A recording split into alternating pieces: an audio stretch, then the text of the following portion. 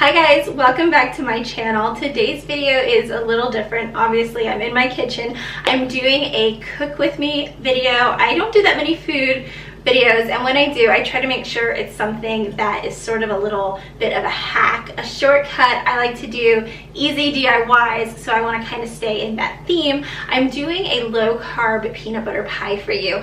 I make this all the time. My husband eats low carb most of the time, and I join him every now and then. I know a lot of us are still on the weight loss kick after the new year, and this is a pie I make almost every single week. I make it so often that I don't even have to follow a recipe. I know it by memory, and it is hands down the best low carb dessert I've ever made. This is something I would feed to people even if they weren't eating low carb, and I don't think they'd be able to tell a difference. I don't think you will.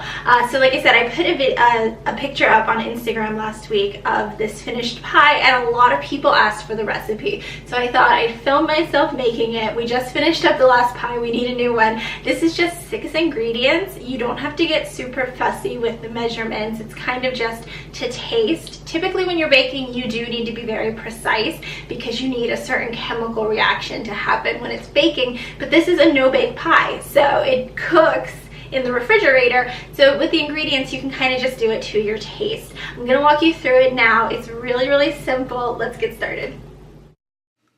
All right, I've got my mixing bowl, and I'm starting with almond flour. We're gonna do the crust before we do the filling. It's a really super simple crust. I've got about 1 cup of the almond flour, and I'm pouring in half a stick of melted butter. That's gonna make it extra delicious, and then about a tablespoon of your favorite sweetener. I'm using Swerve. That's what I like to do when I'm doing low carb baking, and then I'm just gonna stir this up. That's what it looks like. And we want to get sort of like a crumb. It should be sort of pasty, maybe look like cornmeal. This is where you can sort of add and subtract to your own taste. If it's too dry, add a little more butter. And I'm putting it into a pie plate. I did spray this with cooking spray, and I'm just pressing it down with my hands. I'm forming the shape of the crust.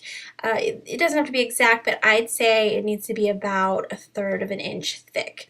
And put that into an oven at 375 degrees for about 12 minutes. Now I'm making homemade whipped cream. The recipe calls for whipped cream. I just poured a quart of heavy whipping cream into my mixer. You can use store-bought whipped cream if you prefer, whatever you like. And I'm just taking it out of the bowl, setting it aside. We're gonna use it later. I did leave some whipped cream in the bowl, that's fine. I've added some cream cheese, a whole block, and I put in 3 tablespoons of Swerve. Again, use whatever sweetener you like. Swerve doesn't really have a bad aftertaste to me, and it's supposedly uses natural ingredients. That's why I like it. And then I'm adding 1 cup of peanut butter. And that's all the ingredients that we're using.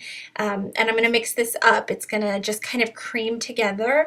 As this mixes, it's going to be like a really thick concoction, but don't worry, we're going to add the whipped cream later and make it a lot lighter and fluffier. You just want to get these ingredients incorporated here, and then you can turn off your mixer. I'm doing this on high. You can use a hand mixer too if you have that. And I'm adding back in about 2 cups of the whipped cream. You want a fair amount. That's why I made so much. And then just mix this all together until it's light and fluffy. I'd say about a minute.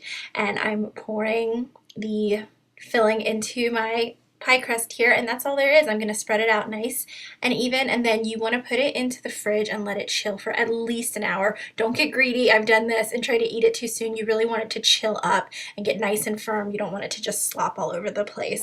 And this is really good if you serve it with some of that whipped cream that we made. Super delicious. Depending on how you slice it, this is going to be about 5 to 7 carbs a serving. Really delicious. Like I said, my favorite low carb dessert I have ever made. I hope you try it. Don't forget to like this video if you enjoyed it, and hit the red subscribe button so you can see more videos in the future.